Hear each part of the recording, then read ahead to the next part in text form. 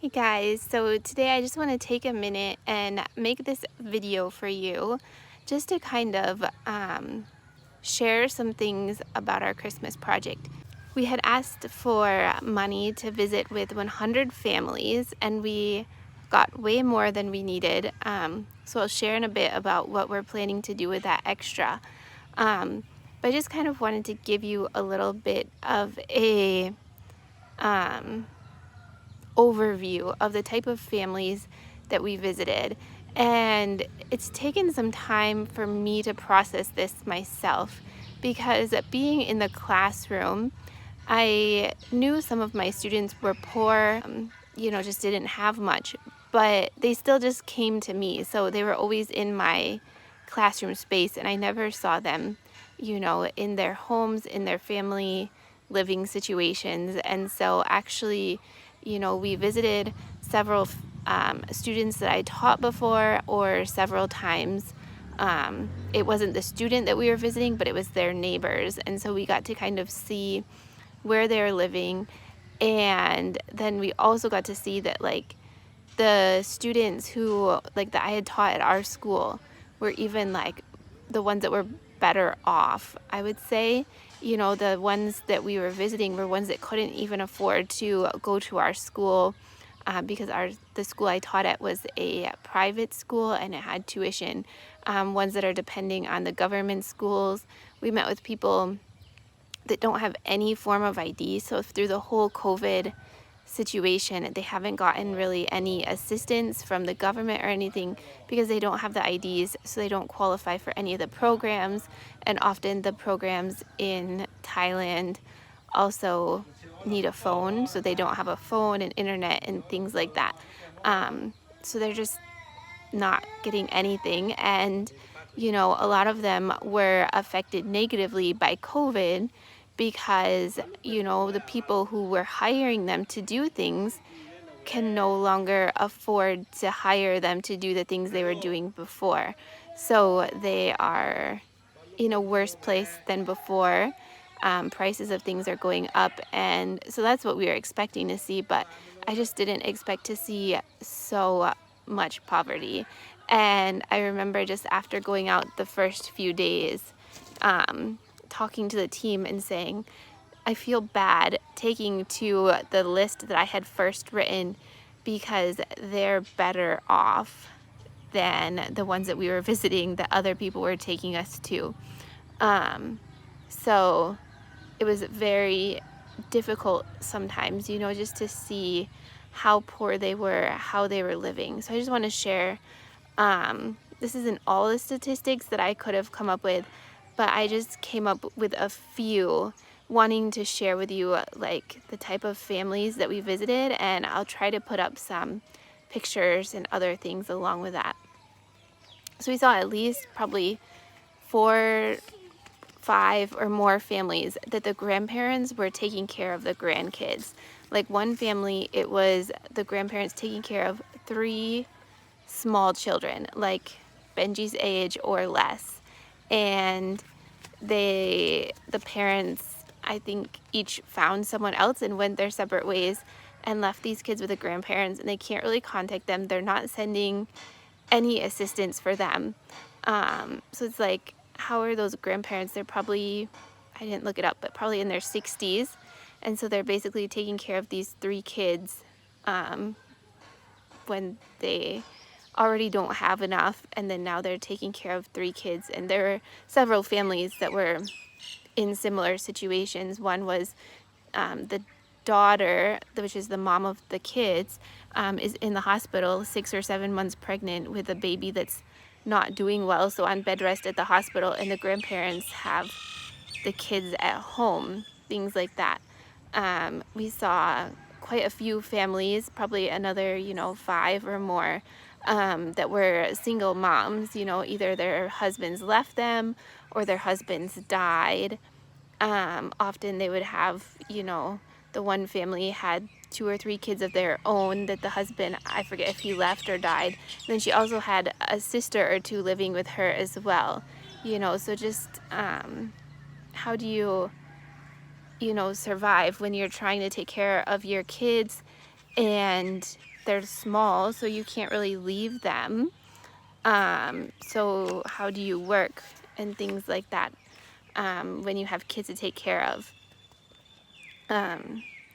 We had probably at least another 5 families who they had someone in the family that's disabled or that's like very sick, and so the kids or the parents or whatever have to take care of that person, so they can't go and work because they're taking care of the sick person or the disabled person. And maybe there's someone trying to work or sending them money, but that's quite a problem that we saw. We saw a lot of families that just, they have a lot of kids. They have 5 or more kids, probably at least 5 or more families, that had at least 5 kids, and then they're doing these daily wage odd jobs, so it's like either you might get hired that day or you might not. Some have steady income. The one family, I forget if it's 6 or 7 kids, and the dad would go and collect the rubber once a week and get maybe $3 or $5 or something once a week to take care of 5 or 6, maybe 7 kids. And then one of the kids, the oldest one, was a monk, and the next one would go and help collect, or go and maybe help make the sheets of rubber. They had a rubber related job that they would get like $3 a day to bring back for their families. So they're probably 14, 15, not studying because they need to go and work for their family. We had a ton of daily wage workers that maybe made 100 baht a day, which was $3. We saw one lady, she has a child working in the city. She's a little bit older. Her husband either died or left her. Her parents are both gone, and she was a broom maker. And so we asked her how much she made for making a broom. And the people, they bring all the materials to her, so she doesn't have to buy those. But just for making one broom, she got 5 baht, which is about 15 cents for making a broom. And so then we asked her, we said, how many brooms can you make in a day? And she said, the most I've ever made in a day is 20. So she can make 20 times 5, which is 100 baht a day, which would be about $3. So if she works, every day, she would get making 20 brooms a day. And then she said, because you have to sit and do that she would have back pains, and she would make 10 in the morning and then have to get up and take a break and then come back and make a few more or something. So just situations like that where they're just not getting that much, and things like that. So a lot of rubber tappers, which I think is actually one of the better situations. But there's a time they just get a percentage that's agreed upon by the owner of the rubber plantation. And so, the percent might be, I don't know what it is. Some different people said different prices, so it depends on how the trees are producing, what the people are asking them to do, what they're getting from that. And then there's also, times of year in the rainy season where they can't do the tapping, so they're not going to be making anything during that time. The next thing, we saw several newborn babies. I think it was at least 3. The one baby we saw was just 3 days old, and it was a home birth. They'd had a local midwife come, and they hadn't gone and got the shots yet. They were going to go in the next day or two to get the baby looked over by a proper health care person.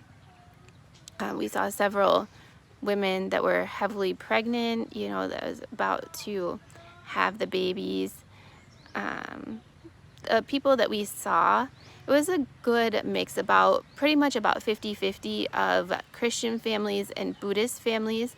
Obviously, we had some days where we would see mainly Christians, some days where we would see mainly Buddhists, but when I looked over all of the statistics, it was about 50-50. And actually I think it's about 45-45, and then the other 10 or so families are families that are mixed, you know, like the dad's one, the mom's the other, the kids are in the middle, undecided. So we had quite a few of mixed religion families, I guess you can say. And we visited 8 different villages, and then we have one that was in Sunclatbury, that was a disabled person that we were shown. Actually, it's a disabled uncle taking care of a disabled nephew. They probably both have some type of a muscular dystrophy, so we went farther to give to that family, but 8 local villages. And how we did that was, I was a little overwhelmed trying to think of like, how do you find 100 families? Because, you know, we were thinking 30 to 50 and we would be able to find that. But once we jumped to 100, then we also had to take, you know, a leap of faith and say, okay, God, how are we going to find these 100 families? So it was put on my heart that we should just do like 10 per village. So after I typed it out that way, wrote it down that way, it was really easy to see how we could find 100.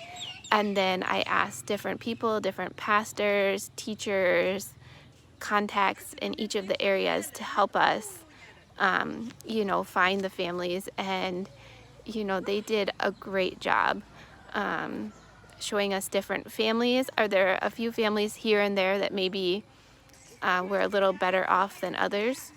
Yeah, but for the most part, you know, when you ask people to help you find the poor, they were really excited to really be able to help find the people that really needed it the most. I just want to share a story of that, like some of the families, when we took our things, how we kind of did it was we would have a bucket that basically had everything in it ready to go to give to them. And then a bag of rice, but then we hadn't put in a few things. We hadn't put in the milk, the toothbrushes, the bag of coffee, and the Christmas card. And then also, you know, we'd kind of see how many kids were in each family and prepare a special present just for them. If there were the men and women's like fabric wraps were already in the basket, but if we knew there wasn't like a man in the family, we would take that one out. If we knew there was 2 women, we would put an extra one in accordingly, so everybody hopefully got one. Toothbrushes, you know, we do the same thing, see how many people were in the family, and then pull them out of the box accordingly. So, you know, when we went into some places, we would, you know, hand the presents to the kids, and then just kind of set our other things down and talk to them. And Benji loved the job of giving like the coffee package and the card to them. Actually, we'd give the card to them after we told them about the Jesus story, and we would give them the card and tell them Merry Christmas. And some of them, after we went through all of this and we took pictures with them and talked to them, and we would get ready to go, and they'd be like, you forgot your basket and your rice. Like they thought we were just giving them presents or something. So we would say, no, that's all for you. And they would just like, you could just see it like welling up a little bit, you know, like as they realized that like we weren't taking that with us, that was actually what we were giving them too. So it was really cool to be able to surprise them with so much. And you know, my last little note here is just some of the jobs that the people were doing. So, you know, I kind of hit on that there were the people doing odd jobs, the rubber tapping, broom making, but then we also had some that raised some type of animals or that were doing their own little vegetable farming a little bit. There were also some that have no source of income or that are completely dependent on relatives sending them money, which, you know, talking to them during the pandemic has been kind of rough, because if their relative that's working doesn't have any money, or, you know, the factory got shut down for a couple of weeks, they're not having extra money to be able to send back. Or, you know, like some of them were dependent on, like, they would say, oh, you know, a different member of the family sends me 500 baht a month. 500 baht is $15. So some of them are living on like $15 a month. What we gave them was double that, you know, so it was a big blessing for them, but also just really opened our eyes to see how little some of them are living on. We had a few that were like assistant pastors, not many, I think just 2 or 3. You know, they were really the assistant pastor of the church, but they might receive nothing from the church, you know, so they're trying to do their own thing on the side while also, you know, doing the pastor duties on the weekend. There are some that were doing weaving, like the Karen fabric weaving. We had one, I think just one, that was working on the palm plantation, collecting the palm nuts, I think it is. And there was one old couple, they were garbage collectors. So they go around collecting boxes and cans and plastic bottles and things like that. And then they sell it. So like it's just kind of just like more of like a recycling, you know, that they're trying to, more of like recycling collectors. So whatever can be recycled, they collect and then bring it back. When we made all the package, we had so many boxes, like cardboard boxes full of boxes. So when Sammy was going that way, we asked him to take the boxes and to just bless that family. I don't know how much they'll make off of those cardboard boxes, but you know, it was just a gesture of like helping them, you know, just the things that we don't need that we're just going to get rid of. So we gave it to them, hoping that they can make a little bit of extra money. So that's just kind of what I wanted to share with you guys. Just talking, you know, about the families that we saw, and there's nothing that I can say. Like, I just can't describe some of the situations that we saw. I'll try to hit on it more as we go along, but, you know, just want to really, really say thank you from the bottom of my heart for helping us do this project and for helping us meet these families and make a difference.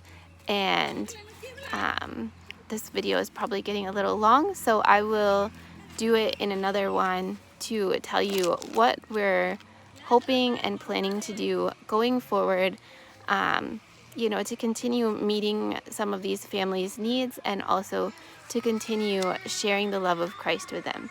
So we love you guys. Thank you. God bless you.